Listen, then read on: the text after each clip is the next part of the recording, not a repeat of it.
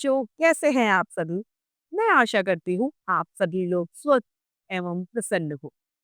आइए आज हम हमारा पाठ साहसी की सदा विजय को पढ़ते हैं और इसे समझते हैं। आइए इस पाठ को प्रारंभ करते हैं। यह है हमारा पाठ 3, साहसी की सदा विजय। एक बकरी थी, उसका एक मेमना था, यानी बकरी का परिवार था। उसमें 2 सदस्य थे। पहला बकरी स्वयं और दूसरा मेमना। मेमना किसे कहते हैं? बकरी के बच्चे को हम मेमना कहते हैं। दोनों जंगल में रहते थे। चरते चरते बकरी को प्यास लगी। मेमने को भी प्यास लगती है। बकरी बोली, चलो पानी पी आए। मेमने ने भी हाँ माँ बोला और पानी के लिए वे लोग चल देते हैं। पानी पीने के लिए बकरी नदी की ओर चल दी। मेमना भी पानी के लिए नदी की ओर चल पड़ा। दोनों माँ बेटे नदी के पास में पानी पीने के लिए जाते हैं। दोनों चले, बोलते बतियाते आपस में बात करते हुए माँ बेटे जाते हैं। हंसते गाते चलते चले जाते। तबक तबक तबक तबक, अर्थात पैरों की चलनों की आवाज आ रही थी। बातों बातों में बकरी ने मेमने को बताया, साहस से काम लो तो संकट टल जाता है। एक माँ अपने बेटे को सीख दे रही होती है कि यदि साहस से काम लो तो संकट में हम विजय प्राप्त कर सकते हैं। धैर्य यदि बना रहे तो विपत्ति से बचाव का रास्ता निकल आता है। धीरज अगर आप अपने मन में रखेंगे तो आपका जो रास्ता है विपत्ति का, वह कट जाएगा। माँ की सीख नन्हे ने गांठ बांध ली, अर्थात उसने इनको अपना लिया। नदी के तट पर पहुंचते हैं दोनों। वहां पहुंचकर बकरी ने नदी को प्रणाम किया। मेमने ने भी नदी को प्रणाम किया। नदी ने दोनों का स्वागत कर उन्हें सूचना दी कि भेड़िया आने ही वाला है। पानी पीकर फौरन घर की राह लो। नदी बताती है कि यहाँ पर भेड़िया आने ही वाला है, तुम जल्दी से पानी पियो और यहाँ से चले जाओ। भेड़िया गंदा है, वह मुझ जैसे छोटे जीवों पर रौब झाड़ता है, उन्हें मारकर खा जाता है, वह घमंडी भी है। यह बकरी का बच्चा बताता है। तुम उसे अपने पास क्यों आने देती हो? पानी पीने से क्यों मना नहीं कर देती? मेमने ने नदी से कहा। नदी मुस्कुराई और बोलती है, मैं जानती हूँ कि भेड़िया गंदा है। अर्थात नदी को भी ये बात पता है कि भेड़िया एक भला प्राणी नहीं है। अपने से छोटे जीवों को वो सताने की उसकी आदत है। वो अपने से छोटे जीवों को परेशान करता है, उन्हें मारकर खा जाता है। पर मैं क्या करूं?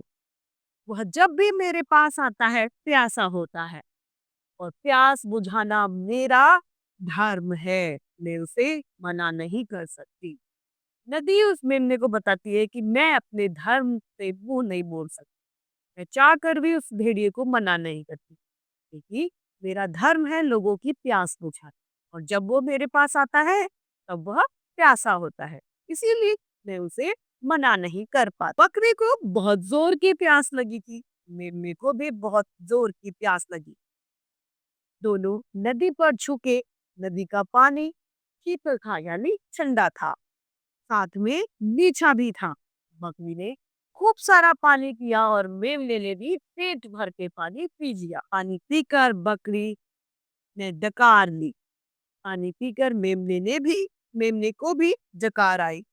डकार से पेट हल्का हुआ तो दोनों ने फिर से झुक गए और फिर पानी पीने लगे। नदी उनसे कुछ कहना चाहती थी, मगर दोनों को पानी पीते देख चुप रही। बकरी ने डट कर पानी पिया। मेमने ने भी डट कर पानी पिया। जितना पानी वो पीना चाहते थे उन्होंने पेट भर के पानी पी लिया होता है। पानी पीकर बकरी जैसे ही मुड़ी तो जोर का झटका लगा।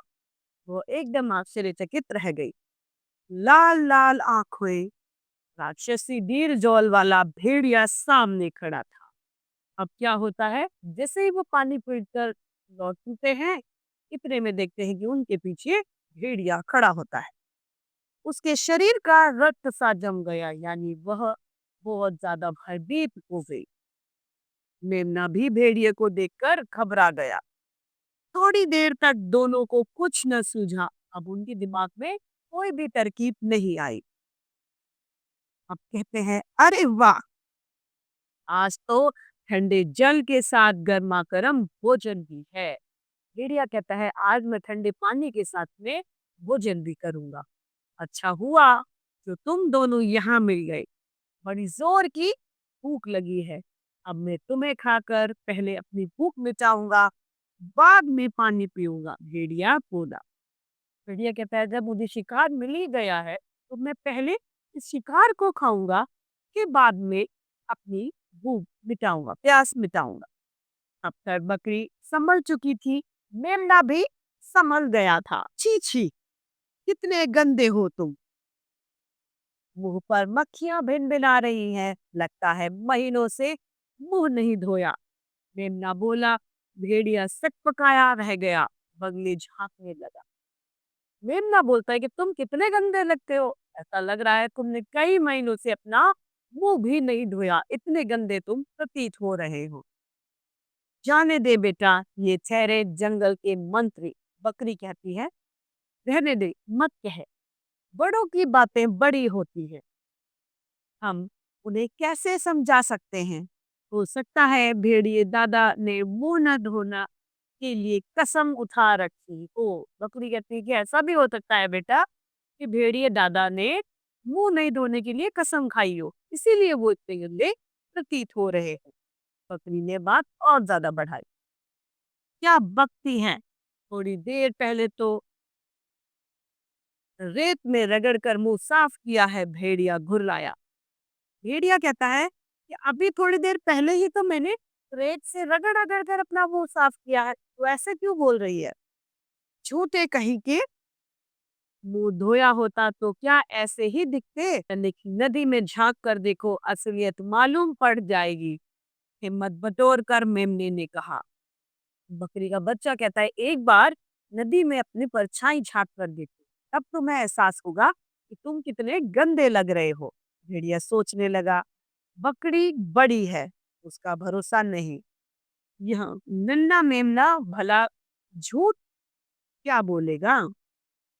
रेत से रगड़ा था, हो सकता है कि वहीं पर गंदी मिट्टी से मुंह सन गया हो। ऐसे में इन्हें खाऊंगा तो नाहक गंदगी पेट में चली जाएगी। फिर नदी तक जाकर उसमें झांक कर देखने में कोई हर्ज ही क्या है।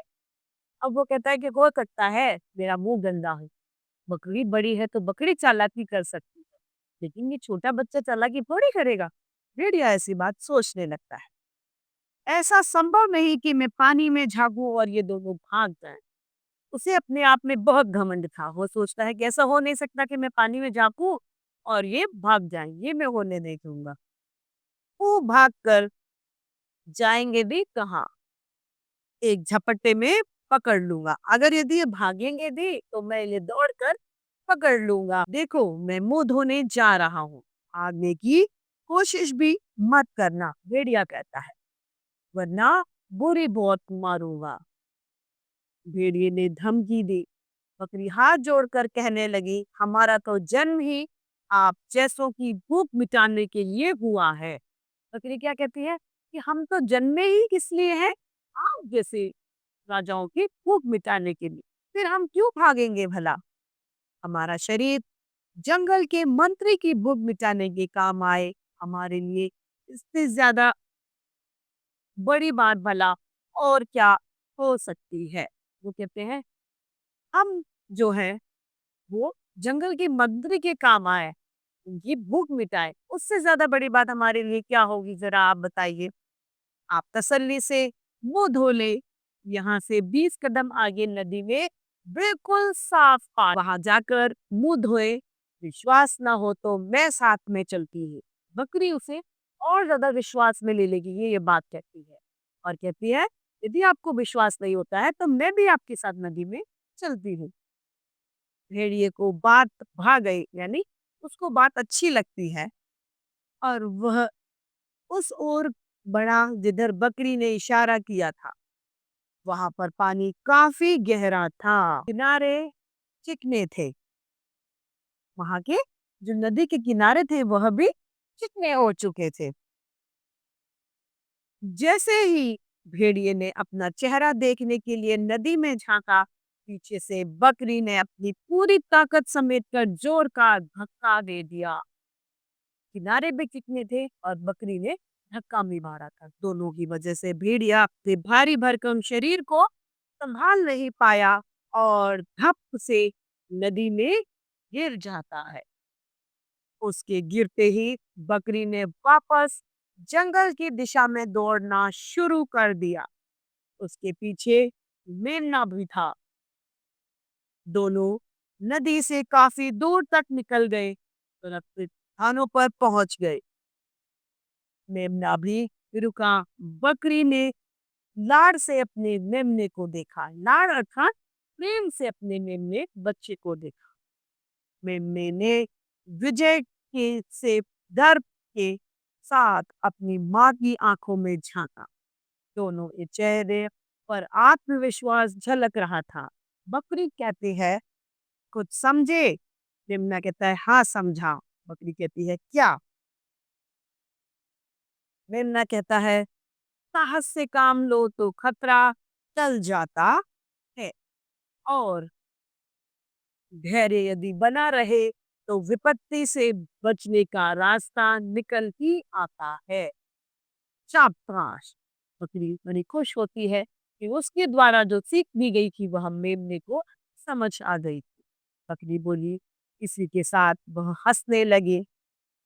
माँ के साथ मेमना भी हंसने लग जाता है।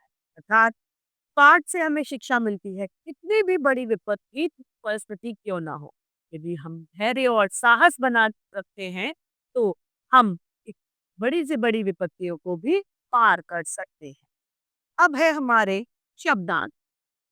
साहस अर्थात हिम्मत, संकट अर्थात विपत्ति, विपत्ति अर्थात मुसीबत, प्रणाम अर्थात नमस्कार, घमंडी अर्थात अहंकारी, असलियत अर्थात सच्चाई, विश्वास अर्थात भरोसा, सुरक्षित अर्थात सही सलामत। अब है अभ्यास कार्य।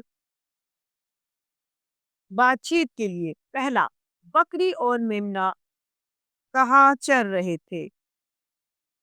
बकरी और मेमना जंगल में चरने लगे थे। हाँ, नदी के तट पर बकरी और मेमने को देखकर भेड़िया क्या बोला? नदी के तट पर भेड़िए ने मेमने और बकरी को देखकर कहा, वाह, आज तो ठंडे ठंडे पानी के साथ में गर्मा गर्म नाश्ता भी मिल गया। ग यदि आप पर कोई संकट आ जाए तो आप क्या करेंगे? यदि हम पर कोई संकट आता है तो हम उसका सामना साहस और हिम्मत से करेंगे, धैर्य के साथ का सामना करेंगे। घ पानी पीने के लिए बकरी कहाँ गई? पानी पीने के लिए बकरी नदी के किनारे गई। लिखने के लिए में प्रथम प्रश्न है, रिक्त स्थान भरो। एक बकरी थी, उसका था एक उसका मेमना।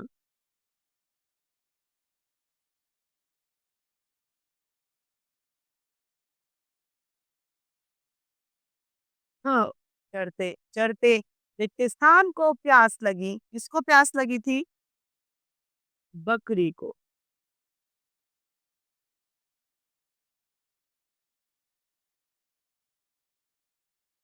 धैर्य यदि बना रहे तो रिक्त स्थान से बचाव का रास्ता निकल ही आता है।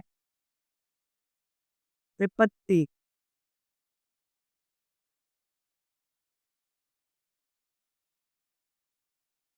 माँ की रिक्त स्थान मेमने ने गांठ बांध ली।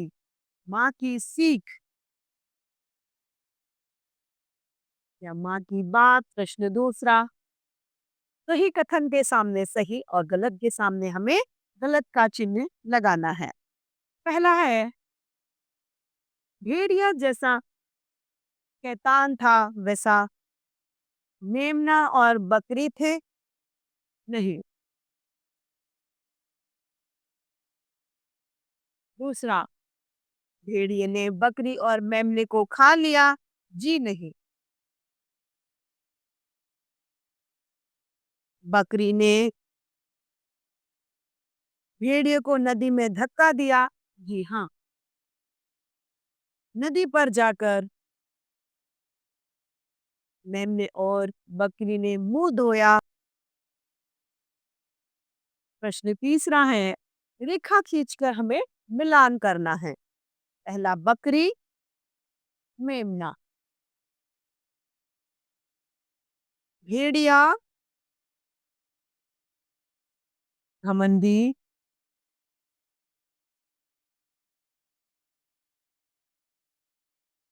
नदी का पानी, भिनभिनाई, मक्खियाँ। प्रश्न चौथा, पहले और बाद में क्या हुआ? चार हमें यहाँ पर लाइन दी गई है। पहला है तबक तबक तबक तबक, दुख बातों में बकरी ने मेमने को बताया। दूसरा है, मेमने को प्यास लगी थी, बकरी बोली चलो पानी पी आए। नदी मुस्कुराई, बोली मैं जानती हूँ कि भेड़िया गंदा है। पहला, हाँ। दूसरा, तबक तबक। तीसरा, नदी मुस्कुराई। चौथा, अच्छा हुआ। अब है पांचवा, निम्नलिखित प्रश्नों के उत्तर दीजिए। हाँ, बकरी और मेमना पानी पीने के लिए कहाँ गए? बकरी और मेमना पानी पीने के लिए नदी किनारे गए। हाँ, बकरी ने मेमने को क्या सीख दी? बकरी ने मेमने को यह सिखाया कि कठिन से कठिन परेशानी का यदि धैर्य और साहस से सामना किए जाए तो उस पर विजय प्राप्त की जा सकती है। गम, नदी ने किसके आने की सूचना दी? नदी ने भेड़िए के आने की सूचना दी। हाँ, बकरी और मेमना भेड़िए से किस प्रकार बचे?